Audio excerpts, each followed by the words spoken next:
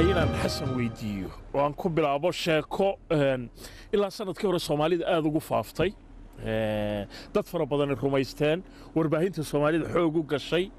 oo aan hubo in saddexdiina aad uga warhaysaan wadankan ninka muslimka waxa loo ogoliyay baa leeyahay afar xaas inuu guursado ninka waliba ka guursadana gabadhiiba waxa lagu siinayaa $5,000 yaasiin uu inoo sheegi doonaa inuu kharash ka qaatay maadaama isagu ka qabo haddaan xasan kugu bilaabo sheekadaasi ma jirtaa goobtan imika ku jiro waxa la yiraahdaa Blue Lagoon waxay ka mid tahay meelaha ugu caansan ee wadanka Iceland haddaan ahayn bahalka ugu caansan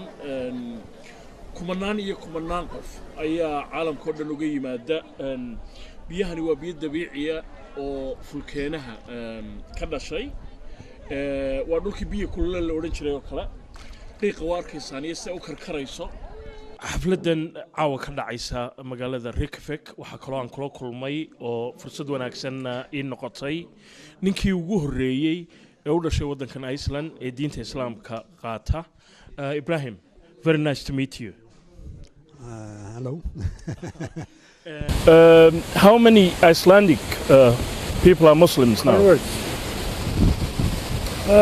I would guess, I have to guess, wild guess, between 100 and 200 Icelandic that is born native. And it is mostly wives of Muslims. And wuxuu ii sheegay dadka asalkoodu uu Icelandiga yahay sida isagoo kale ee muslimka imika 200 oo qof inay yihiin inta badanna waa dadka u dhaxay buu yidhi dadka muslimiinta ah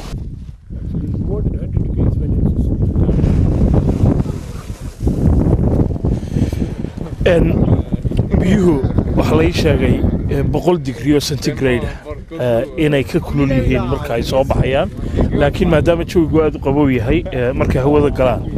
ay markaa qaboobaan oo xitaa hadday kugu soo daataan waxba kaama qaadayaan gosh do they use this ones in the battlefield? Yes, this is the best one. This is, you chop it off and you can go into any bank and they will give you the money immediately.